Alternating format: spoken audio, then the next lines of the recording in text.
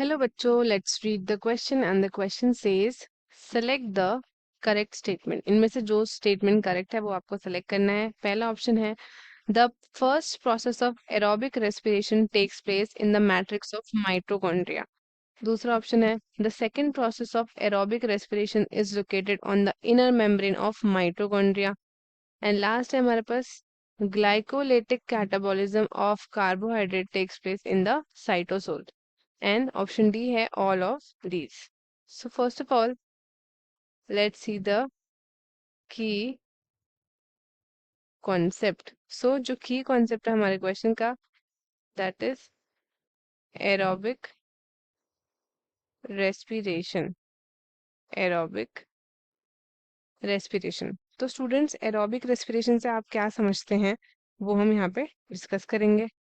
तो aerobic respiration वो process है हमारे पास, ठीक है, जिसमें एक कंप्लीट ऑक्सीडेशन होता है, कंप्लीट ऑक्सीडेशन होता है ऑफ ऑर्गेनिक सब्सटेंसेस। और किसकी प्रेजेंस में? In the presence of oxygen, क्योंकि ये एरोबिक है तो दैट रिक्वायर्स ऑक्सीजन।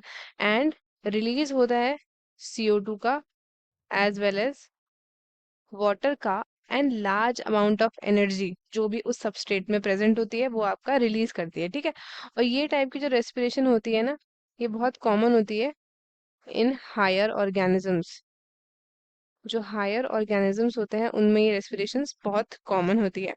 तो एरोबिक रेस्पिरेशन आपके कहाँ पे होती है? एरोबिक रेस्पिरेशन जो है it takes place within the mitochondria which is also known as the powerhouse of the cell.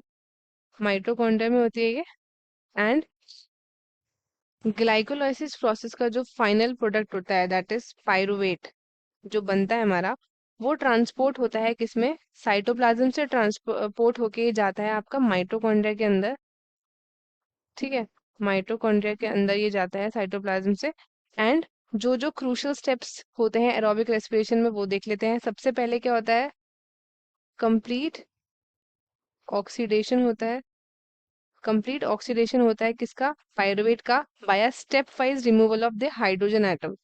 Hydrogen atoms आपके रिमूव होते हैं, ठीक है, जिससे आपका 3 मॉलिक्यूल्स बचते हैं CO2 के, ठीक है।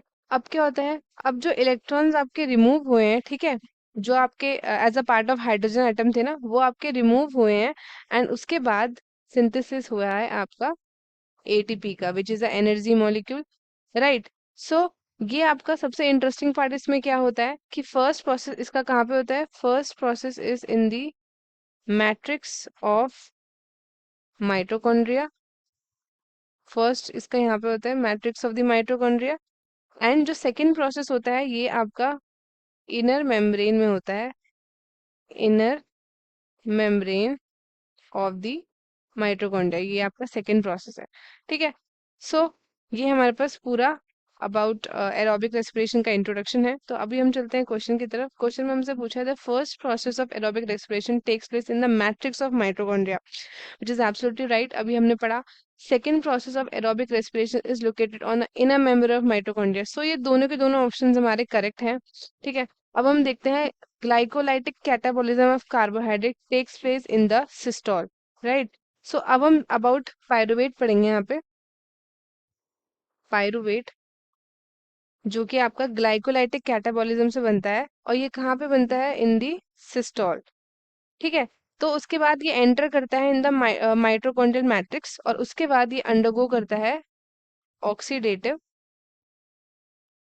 ऑक्सीडेटिव डी कार्बोक्सिलेशन, कार्बो कार्बोक्सिलेशन, ठीक है। तो इसमें आपका कार्बन का रिमूवल होता है by set of complex reactions जो कि कैटेलाइज किसके थ्रू होता है? It is catalyse by pyruvic pyruvic dehydrogenase, dehydrogenase. So ये वाला ऑप्शन भी हमारा बिल्कुल करेक्ट है क्योंकि ये आपका सिस्टोल में होता है। सो हम अकॉर्डिंग टू द क्वेश्चन जो है हमारा all of the above correct होगा, that is option number D. This is the correct answer for the question. तो स्टूडेंट्स आई होप आपको क्वेश्चन अच्छे से समझ आया होगा। All the best and thank you.